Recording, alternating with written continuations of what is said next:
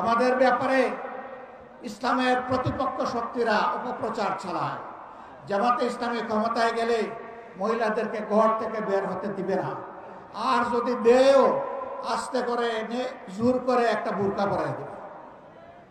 জোর করে পরানো লাগবে না। যে দেশে ইসলাম কায়েম হবে এদেশের মানুষেরা, মায়েরা আনন্দের সাথে সেদিন তারা ইজ্জতের জন্য তাদের সম্মানের মর্যাদার পোশাক পরিধান করবেন। তারপরেও কোনো মা, কোনো বোন যদি এই পোশাকের বাইরে থাকেন, আমরা তাদেরকে কথা দিচ্ছি, নিশ্চয়তা দিচ্ছি, কারো উপর জোর খাটানো হবে না। কারণ এদেশে শুধু মুসলমানরা বসবাস করে না, অন্যান্য ধর্মের লোকেরাও বসবাস করে।